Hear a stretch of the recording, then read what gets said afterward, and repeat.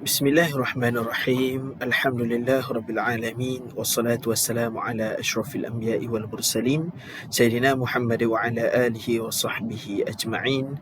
Rabbi shrah li sadri wa yassir li amri wa hlul 'uqdatam min lisani yafqahu qawli, amma ba'd. Baik, insya-Allah yang mana hari ini kita nak sambung bab yang ketiga dalam silibus kita CTU 271 Islam dan Komunikasi berkenaan matlamat dan jenis komunikasi Islam. Yang mana hasil pembelajaran kita nak melihat dua perkara sahaja hari ini tentang matlamat-matlamat komunikasi Islam dan jenis-jenis komunikasi dalam Islam. Right? Baik, bila kita cerita pasal komunikasi, memang setiap perbuatan dia akan bergantung kepada niat dan matlamat kita yang tertentu. Sebab itulah hadis Rasulullah sallallahu alaihi wasallam daripada Amirul Mukminin Umar ibn al-Khattab radhiyallahu anhu qala, sami'tu Rasulullah sallallahu alaihi wasallam yaqul, innamal a'malu binniyat. Daripada Umar al-Khattab radhiyallahu anhu berkata, aku telah mendengar Rasulullah sallallahu alaihi wasallam bersabda, setiap perbuatan itu bergantung dengan niatnya. Maka bila mana kita nak berkomunikasi, kita perlu lihat juga apakah niat kita, apakah tujuan kita, apakah matlamat kita untuk berkomunikasi. Maka komunikasi yang baik perlu ada ciri-ciri yang tertentu. Bila kita nak berkomunikasi, lihatlah apa ciri kita nak lakukan, barulah kita kata komunikasi tersebut merupakan komunikasi Islam dan akan beroleh pahala. Baik, yang pertama, bila kita lihat tentang matlamat komunikasi Islam, ada lebih kurang 6 matlamat komunikasi Islam dekat sini. Pertama sekali, matlamat berkomunikasi untuk ta'lim, untuk mengajar. Bila orang tanya kenapa kau nak berkomunikasi, macam dalam kelas sekarang ni, ustaz berkomunikasi dengan korang, tujuan ustaz untuk ta'lim, untuk mengajar semua yang ada dekat depan ni.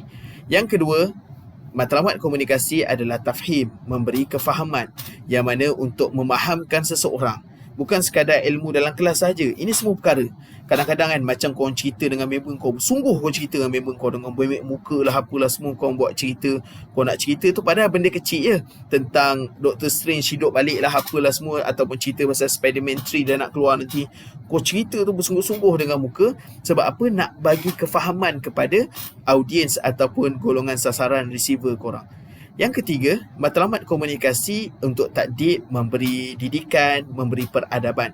Yang mana takdib ini, kata ulama-ulama lain, antaranya Syed Naqib Al-Attas bagi tahu, takdib ni lebih besar. Matlamat takdib ni dia bukan sahaja mengajar, dia bukan sahaja memberi kefahaman. Takdib ni dia nak bagi keseluruhan, memberi didikan.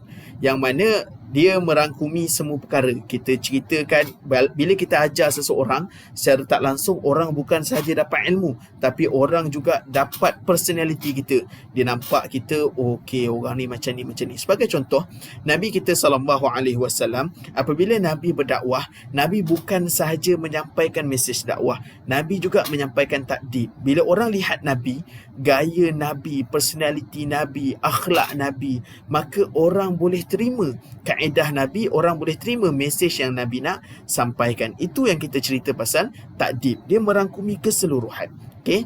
Dan yang berikutnya, yang keempat, matlamat komunikasi Islam untuk tabsyir, memberi sesuatu perkhabaran. Kenapa kita nak berkomunikasi? Nak announce sesuatu. Okay, macam sekarang ni pihak UiTM ke banyak hantar memo dekat pelajar, surat kepada pelajar. Tujuan dia untuk tabsyir, memberi khabar. Dan yang keempat, yang kelima, untuk tanzir, memberi peringatan. Yang mana daripada sinilah muncul perkataan tazkirah, untuk memberi peringatan, teguran dan sebagainya. Dan yang terakhir, matlamat komunikasi untuk apa kita menyampaikan komunikasi? Untuk amar ma'ruf nahi munkar, untuk kita ajak orang melakukan kebaikan dan untuk mencegah sesuatu kemungkaran. Baik, yang berikutnya, jenis-jenis komunikasi dalam Islam. Sebenarnya jenis komunikasi ini adalah komunikasi konvensional yang selalu diterapkan dalam mana-mana silibus komunikasi yang diperkenalkan oleh pihak barat. Tetapi kita selaraskan dengan komunikasi Islam, yang mana ada intrapersonal, komunikasi interpersonal, komunikasi asertif dan komunikasi antara budaya. Baik, Yang pertama, bila kita sebut tentang komunikasi intrapersonal, iaitu komunikasi dengan diri sendiri, dalam bahasa Arab disebut sebagai hablum min nafsih. Kita dah cerita pada kuliah-kuliah yang sebelum ni, yang mana kita sebagai sender, pada masa yang sama kita juga sebagai receiver. So, apa message dia? Apa yang kita fikirkan? Dan channel dia, medium dia disalurkan melalui otak kita. Kalau kita call dengan ayah kita sender, ayah kita receiver, channel dia adalah telefon. Tetapi bila dalam kes intrapersonal dengan diri kita sendiri, kita sender, kita receiver dan channel dia adalah otak kita itu sendiri. Yang mana macam-macam perkara. Bila mana kita nak berkomunikasi dengan diri kita sendiri ni, ada kalanya benda-benda, semua benda. Kita cakap dengan diri kita, nak makan apa hari ni, apa semua, kita dah terbayang apa semua. Maka itu adalah proses komunikasi dengan diri kita. Begitu juga dalam komunikasi Islam. Kita muhasabah diri ataupun kita berfikir tentang exam, kita baca buku, itu semua adalah proses intrapersonal communication. Yang mana komunikasi intrapersonal juga dikenali sebagai komunikasi individu. Dalam konteks individu itu sendiri mengenali diri sendiri dengan lebih dekat, iaitu dengan cara berfikir dan ingat kembali pengalaman-pengalaman silam untuk membentuk hubungan yang lebih bermakna pada masa hadapan. Ini yang kita cerita pasal muhasabah tadi. Kita akan ingat balik perkara-perkara silam, apa yang telah aku lakukan. Ya Allah, sebelum ni aku ada buat sekian, aku ada buat benda-benda yang tak elok. Maka untuk apa kita bagi makna pada masa yang hadapan, iaitu kita tak naklah berlaku lagi perkara-perkara tersebut. Yang mana ini merupakan akar umbi kepada komunikasi, sebabnya dalam diri manusia, kenapa komunikasi intrapersonal ni boleh wujud? Sebab dalam diri manusia, kata Imam Ghazali, kita ada beberapa unsur. Kita ada kita ada akal, kita ada qalbu, kita ada roh, kita ada nafsu dan kita ada fitrah. Maka kita ada semua perkara ni, daripada situlah kita berkomunikasi. Contoh, kalau kita nak makan, so kita berkomunikasi secara interpersonal dengan diri kita, aku nak makan macam rasa macam nak makan McD lah, apalah semua. Maka keinginan makan itu dicetuskan oleh nafsu ataupun dicetuskan oleh fitrah, sifat semula jadi kita. Kalau kita nak buang air, maka keinginan nak buang air tu, kita pun terfikir, aku nak pergi toilet lah, apalah semua, dicetuskan juga oleh fitrah, sifat semula jadi kita. Kalau kita berfikir benda-benda yang baik, maka itu dicetuskan oleh akal kita ataupun qalbu kita. Maka kita berkomunikasi dengan diri kita sendiri, tapi melibatkan banyak unsur dalam diri kita sendiri. Yang mana intrapersonal ini dibangunkan atas dasar iman, Islam dan taqwa. Ia melibatkan proses menentu, iaitu ulul albab. Kita bergabungan fikir dan zikir. Bermaksud bila mana kita berkomunikasi dengan diri kita sendiri, dia tidak boleh lari dalam konsep fikir. Kita mesti fikir, barulah jadi intrapersonal. Dan dia proses zikir. Kita banyak mengingati Allah, kita banyak tazkiyatun nafs, maka dia membawa kepada intrapersonal communication. Dan yang berikutnya, apa pentingnya intrapersonal communication? Ia merupakan asas untuk berkomunikasi dengan orang lain supaya lebih mantap dan berjaya. Ini satu teori, ini satu kaedah macam mana cara kita nak mantap berkomunikasi secara interpersonal dengan masyarakat semua. Kadang-kadang ada orang pernah tanya Ustaz, apa rahsia Ustaz boleh cakap lancar je terus apa semua. Kalau siapa-siapa pernah ikut kuliah Ustaz, kuliah maghrib lah, Ustaz cerita kuliah maghrib, Ustaz boleh cerita daripada mula mukadimah bismillah alhamdulillah tu, selagi tak bunyi jam masuk waktu isyak, Ustaz akan cerita terus je, tak berhenti-berhenti. Orang pun fikir bila lah Ustaz ni menapas apa semua. Antara teori dia, tips yang Ustaz nak share, sebab majoriti dekat sini meskom. Bila meskom ni, dia dengan komunikasi ni dia mesti lebih efektif, lebih baik. Antara dia, kita fikir dulu dalam otak kita. Ustaz pernah cerita dengan orang kadang-kadang gelak. Ustaz kata, otak Ustaz berfikir 2 saat lebih awal. Apa yang Ustaz nak cakap, Ustaz dah susun dulu dalam kepala, kemudian Ustaz luahkan dekat mulut. Maka ini kepentingan intrapersonal. Kita dah set up dulu dalam minda kita. Yang mana ia juga merupakan asas untuk memperbaiki setiap bentuk komunikasi yang lain. Kalau intrapersonal kita tak kuat, maka interpersonal communication pun jadi lemah. Ia juga dapat membantu dalam membuat proses penilaian diri kita, sebab kita dah muhasabah diri dulu, kita pilih yang terbaik untuk kita luahkan, untuk kita cakap, barulah kita keluarkan. Itu bagus dia kalau kita ada intrapersonal ataupun intrapersonal kita kuat. Ciri-ciri intrapersonal, dia berlaku dalam diri kita sendiri, berlaku sepanjang masa di antara manusia. Tak ada manusia yang dia tak pernah cakap dengan diri dia sendiri. Kalau ada yang macam tu, gila je lah. Itu cerita dia. Alright, dan yang mana kita cerita tadi, individu itu sendiri merupakan sender dan receiver message tersebut, yang mana proses ini bercakap dengan diri kita sendiri, berlaku dalam proses mengenangkan sesuatu, kita nak mempertimbangkan sesuatu ataupun nak tenteramkan diri kita, juga kita bercakap dengan diri kita. Yang mana biasanya dilakukan intrapersonal ni sebelum kita berkomunikasi dengan orang. Macam Ustaz kata tadi, kita dah set dalam kepala kita apa yang kita nak cakap, barulah kita luahkan. Baik, antara proses-proses komunikasi intrapersonal, korang sendiri boleh tengok dekat sini. Antaranya kita bercakap dengan diri kita sendiri, proses dialog, adaptasi dengan persekitaran, persepsi, mempengaruhi orang lain. Ini semua adalah antara proses-proses komunikasi intrapersonal. Baik, model komunikasi intrapersonal ini kalau mana dari sudut diri kita sendiri nak kita berzikir ataupun nak melakukan suatu ibadah, maka Allah Subhanahu Wa Taala menciptakan kepada kita, maka diri kita sendiri tahu bahawa Allah yang menciptakan, maka kita nak balas balik jasa Allah Subhanahu Wa Taala dengan melakukan ibadah. Maka kita sendiri tahu Allah yang jadikan kita, maka kita perlu lakukan ibadah untuk balas balik jasa kepada Allah Subhanahu Wa Taala, dan doa kita, apa segala ibadah kita akan sampai kembali kepada Allah Taala. Maka itulah keseluruhan proses intrapersonal communication dari sudut Islam. Baik, yang kedua, interpersonal communication, yang mana komunikasi yang disebut sebagai hablum minan nas, komunikasi sesama manusia, yang mana boleh dilakukan secara bersemuka, secara langsung, tidak langsung, yang penting sesama manusia. Baik, yang mana melibatkan proses seseorang itu mewujudkan makna, mewujudkan perkongsian melalui interaksi dengan individu yang lain, yang mana dia berlaku semua. Kalau dalam komunikasi keluarga, maka wujud interpersonal communication ni antara suami isteri, antara ayah dengan anak, atuk dengan cucu dan sebagainya.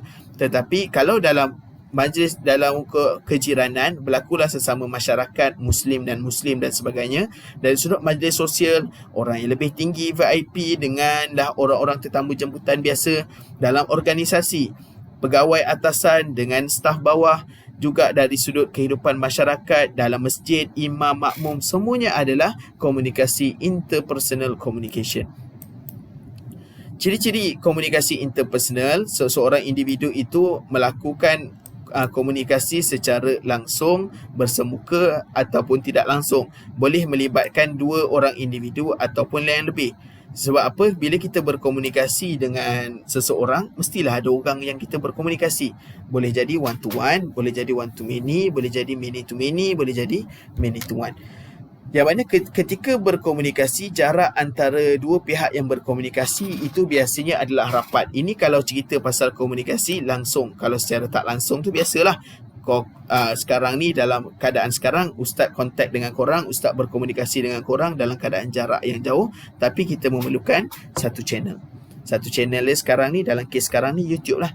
Maka ketika berkomunikasi, kedua pihak itu, iaitu sender dengan receiver, sumber dan penerima, boleh memberi dan menerima maklumat. Maka berlaku proses imbal balik. Maklumat yang disampaikan merupakan maklumat lisan dan juga bukan lisan. Maksud dia, bila kita berkomunikasi sesama manusia, kita bukan sahaja dengar apa yang dia cakap. Pada masa yang sama, mesej tu juga boleh kita dapat berdasarkan bukan lisan. Ekspresi muka dia, gaya tubuh dia, semuanya kita boleh dapatkan sesuatu mesej. Dan setiap individu itu harus meneliti dan memahami persoalan seperti mana apa yang perlu dikatakan, kepada siapa yang patut berkata, bila dan seterusnya, bagaimana diwajar berkata. Maka ini antara ciri-ciri perkara-perkara yang kita perlu take note apabila komunikasi interpersonal.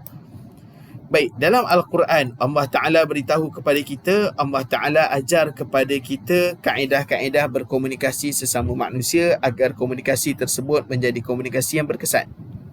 Antaranya, Allah Ta'ala bagi tahu kepada Allah Ta'ala kata, innallaha ya'murukum bil adli wal ihsan. Allah suruh kita bila mana berkomunikasilah dengan adil.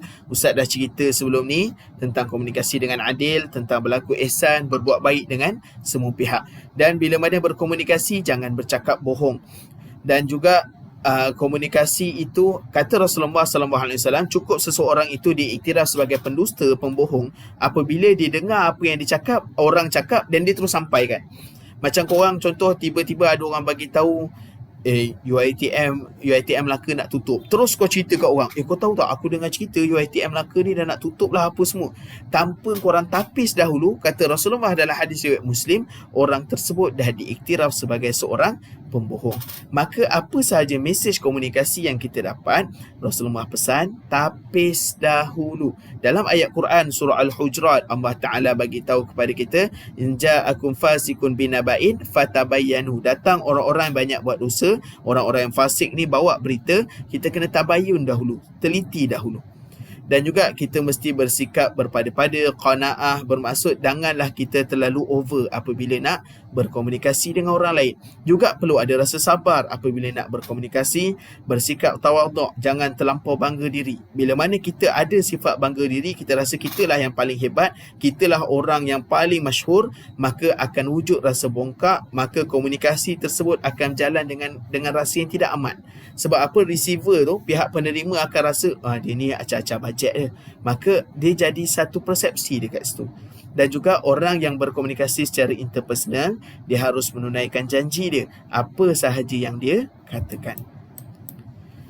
Baik, dalam dakwah, maka bila mana kita berkomunikasi interpersonal, secara tak langsung dia akan berkait rapat dengan dakwah. Sebab dakwah ni pun melibatkan orang lain. Maka dia dikenali juga dengan nama dakwah fardiyah, dakwah secara individu kepada orang. Dan juga kita perlu faham tentang bahasa dalam komunikasi dakwah. Pentingnya kalau kita nak berdakwah kepada orang, kita perlu faham bahasa. Yang maksud bahasa ni, kalaulah orang putih, dengan orang putih kita nak ajak dia masuk Islam, adakah cukup dengan kita hanya berbahasa Melayu ataupun berbahasa Arab? Jawapan dia memang tak cukup lah. Dia tak faham bahasa kita. That's why kita perlu serap bahasa mereka. Dan kita perlu faham background kepada mad'u, yakni orang yang kita nak didakwahkan ataupun kita sebut sebagai receiver ataupun audience tersebut. Dan juga kita perlu gunakan pelbagai pendekatan. Macam-macam, kalau strategi A tak boleh, kena pergi strategi B. Ini metod-metod dalam komunikasi sesama manusia. Jalinkan hubungan dengan ucapan salam, yang mana kata Rasulullah SAW, as-salam qabla al-kalam. Salam itu sebelum daripada kata-kata. Bila mana nak mulakan sesuatu, kalau korang rasa tak tahu nak mulakan dengan apa, Rasulullah bagi tahu yang mana adabnya ataupun sunnahnya, mulakan dengan Assalamualaikum. Dan juga bercakap biar sederhana, jangan terlampau over. Dan jangan pula langsung suara tu slow, cakap pun singkat sahaja, orang tak faham. Dan juga ambil kira persoalan semasa. Bila mana kita nak cerita tentang dakwah ni, ambil tahu tentang isu-isu semasa. Macam sekarang ni banyaklah isu-isu semasa, orang dah dalam seminggu dua ni kecoh pula berlaku dekat Perancis, yang mana negara Perancis mula memperlekehkan Nabi kita Muhammad SAW. Apa tindakan kita? Maka itu kita perlu tahu isu-isu semasa. Kalau ada yang baru first time dengar tu, check lah kenapa jadi isu pula dengan negara Perancis. Dan juga apabila kita berkomunikasi, kita kena ingat, kita sampaikan dekat orang, ada kalanya orang tu akan imbal balik. Bila orang tu imbal balik, maka kita perlulah jadi pendengar yang setia. Jangan kita pun lawan, orang tu lauk cakap, kita cakap. So siapa yang nak dengar? Okay? Dan yang ketiga, komunikasi secara asertif. Maksud komunikasi secara asertif ni, komunikasi bersifat persuasif, memujuk orang, dan komunikasi secara hikmah, yang mana diertikan sebagai satu tingkah laku atau sikap berinteraksi dengan tegas, dengan jujur dan benar, sejajar dengan penyataan individu tentang perasaan, kehendak, fikiran dan hak-haknya, tanpa menimbulkan perasaan kebimbangan diri dan menyakiti perasaan orang lain. So, bila kita faham tentang komunikasi asertif, ini juga is a part of komunikasi interpersonal tadi. Dia sebahagian kecil dalam komunikasi interpersonal, iaitu kaedah komunikasi kita secara asertif, kita menjadi seorang yang betul-betul memahami. Itu secara asertif. Maka komunikasi asertif ni dia tengah-tengah antara komunikasi pasif dan agresif. Kita menjadi orang-orang yang tengah, kita mengutamakan pandangan orang, kita dengar cakap orang dan kita wujudkan win-win situation. Itu komunikasi asertif. Ataupun kalau dalam bahasa Islam disebut komunikasi secara hikmah. Yang mana individu dan golongan sasar mengutamakan dan mementingkan penggunaan bahasa yang baik, itu penting. Dan kita menjadi pendengar dan menghargai pandangan orang. Walaupun orang tersebut berbeza pandangan dengan kita. Orang yang melakukan komunikasi asertif, orang cakap apa sahaja, kita cuba absorb dahulu. Kita serap dahulu, kita tenangkan. Sebab nak amalkan benda ni sangat susah. Sebab kita sebut komunikasi hikmah kan. Orang marah kita, kita cepat melenting. Tetapi dalam komunikasi asertif ataupun komunikasi hikmah ni, kita cuba serap dahulu.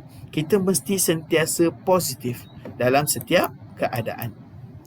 Baik, antara pendekatan bila mana nak melakukan komunikasi asertif, kita kena pengaruh orang dengan cara yang positif. Macam mana nak pengaruh orang dengan cara yang positif? Kita pun kena jadi positif.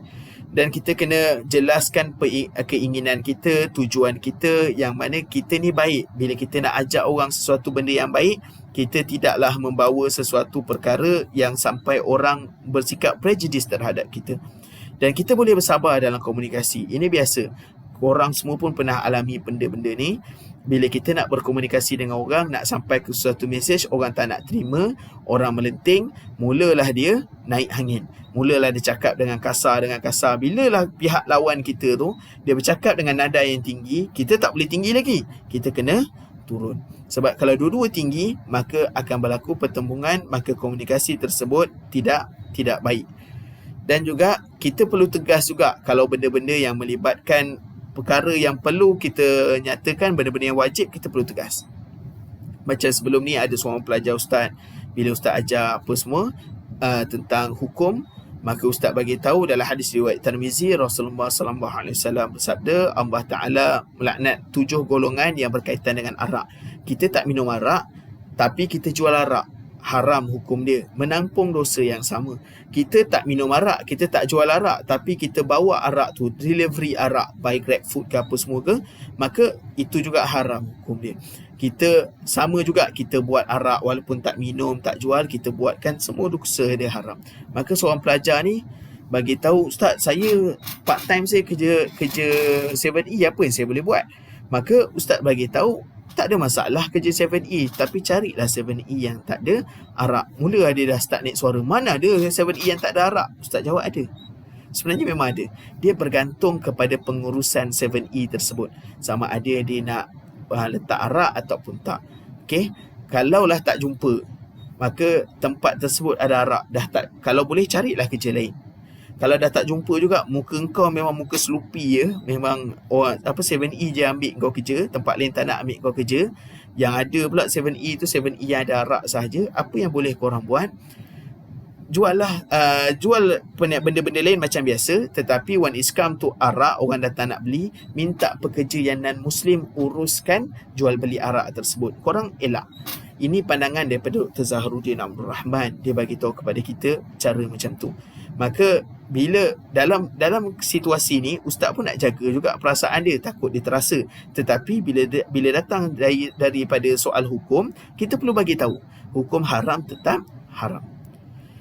Dan juga kita perlu yakin dengan kemampuan kita sendiri. Bila mana kita nak berkomunikasi dengan orang, kita tahu had limit kita.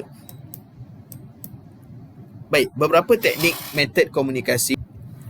Baik, teknik komunikasi asertif yang baik, kita gunakan ekspresi muka yang baik, selalu jaga pandangan mata kita, jaga intonasi suara, dan juga kita menjadi seorang pendengar yang baik. Kalau nak tanya pun, tanyalah kaedah-kaedah dengan kaedah yang sopan.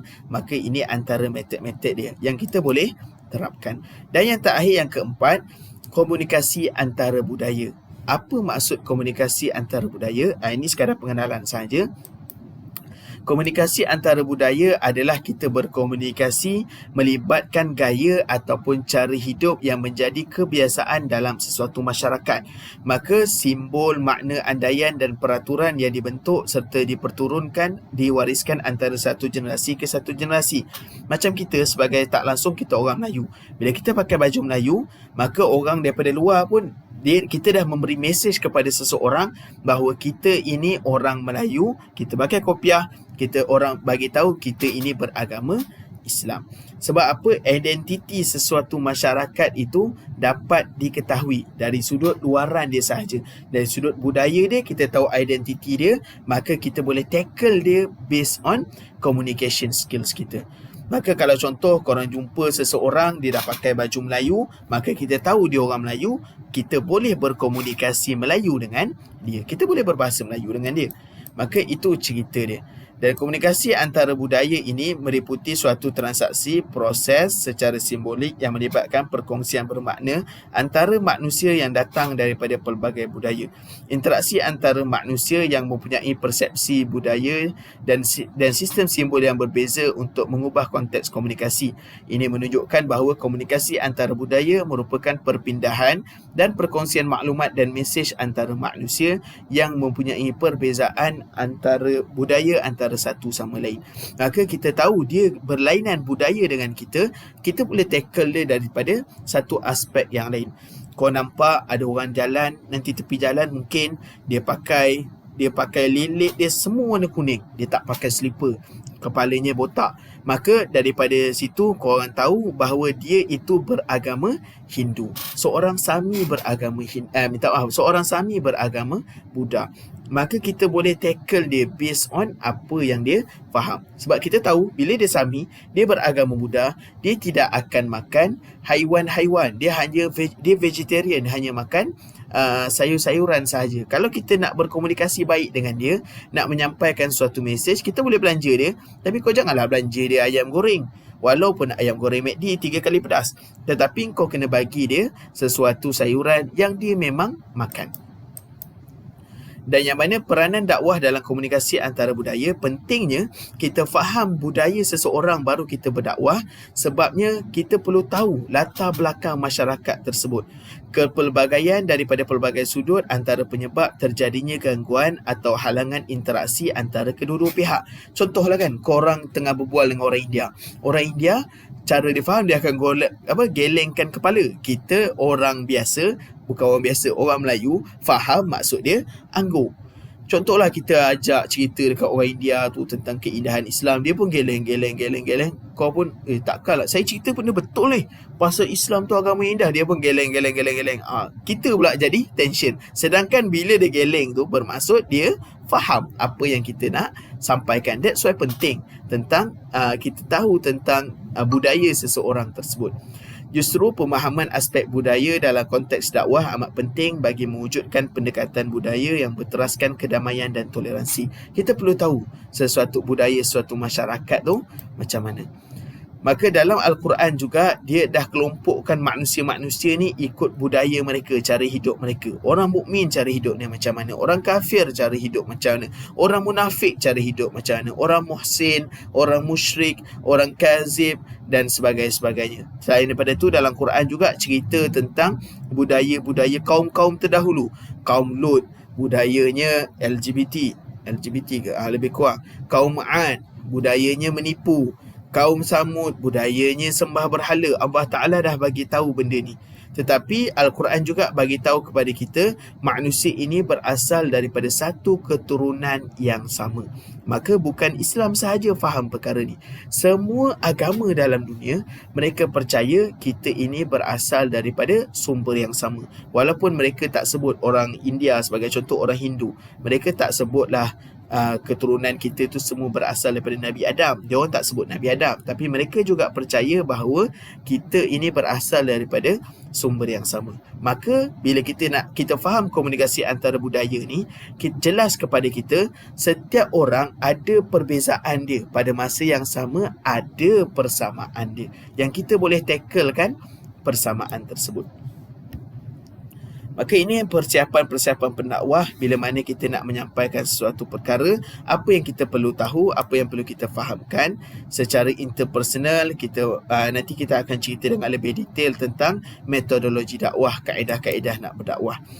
Dan kalau dari sudut antara budaya pula, kita tahu tentang konsep tauhid kita, ajak ke jalan Allah Ta'ala. Kita tahu perbezaan antara budaya, dia beragama Hindu sebagai contoh ataupun beragama Buddha, kita beragama Islam.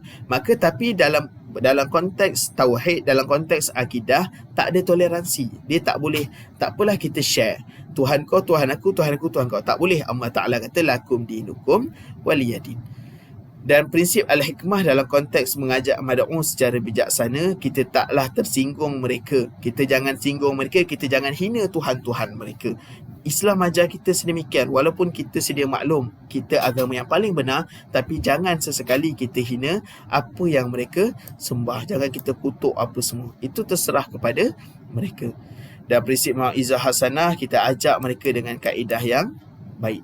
Selain daripada itu, kita kalau nak berdebat dengan mereka, debatlah dengan cara yang baik. Janganlah terlampau beremosi. Kita kutuk kau Tuhan, kau tak gunalah apalah semua. Jangan sedemikian. Kita boleh cerita tentang kelebihan, kehebatan Allah Ta'ala Tuhan kita tanpa kita mengutuk Tuhan mereka. Baik, dan juga prinsip universal yang ada, sama ada dalam konteks tauhid, akan terpancar pada kalimah syahadah atau misi Rasulullah SAW diutus sebagai pembawa rahmat ke seluruh alam. Kita sedia maklum Nabi Muhammad itu, Allah Ta'ala kata wa ma arsalnaka illa rahmatan lil alamin. Nabi Muhammad itu ditugaskan untuk membawa rahmat kepada seluruh alam, bukan hanya orang Islam sahaja. Bertepatan dalam bulan ini merupakan bulan Maulidur Rasul, kita boleh ceritakan keindahan Islam itu menerusi akhlak peribadi Nabi Muhammad sallallahu alaihi wasallam. Maka sebenarnya orang bukan Islam pun tahu ada individu bernama Muhammad. Tanyalah orang Hindu ke, orang Buddha ke, orang Kristian ke, mereka tahu memang wujud sosok tubuh bernama Muhammad. Maka kita cerita dekat dia keistimewaan, kehebatan Nabi kita supaya mereka boleh tertarik kepada Islam.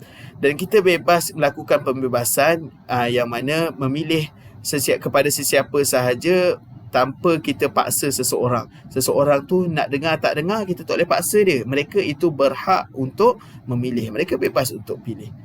Maka sebagai kesimpulan, dari sudut matlamat komunikasi kita yang 6 tu tadi, untuk tabsyir, untuk tazkir, untuk amal ma'ruf nahi munkar, maka kita dah tahu tujuan kita berkomunikasi, maka kita perlu faham juga jenis komunikasi tersebut. Ada komunikasi secara individu dengan diri kita sendiri, intrapersonal, ada komunikasi secara ramai, interpersonal, dan is a part of interpersonal ni ada komunikasi asertif. Dan kita juga perlu faham tentang konteks budaya sesuatu masyarakat, barulah komunikasi tersebut berjalan dengan lancar. So, Ustaz rasa itu sahaja. Bagi soalan latihan uji minda ni, seperti biasa, tolong tuliskan soalan ni dan jawapan dia dekat dalam YouFuture. Tulis dalam bentuk poin sahaja jawapan tersebut.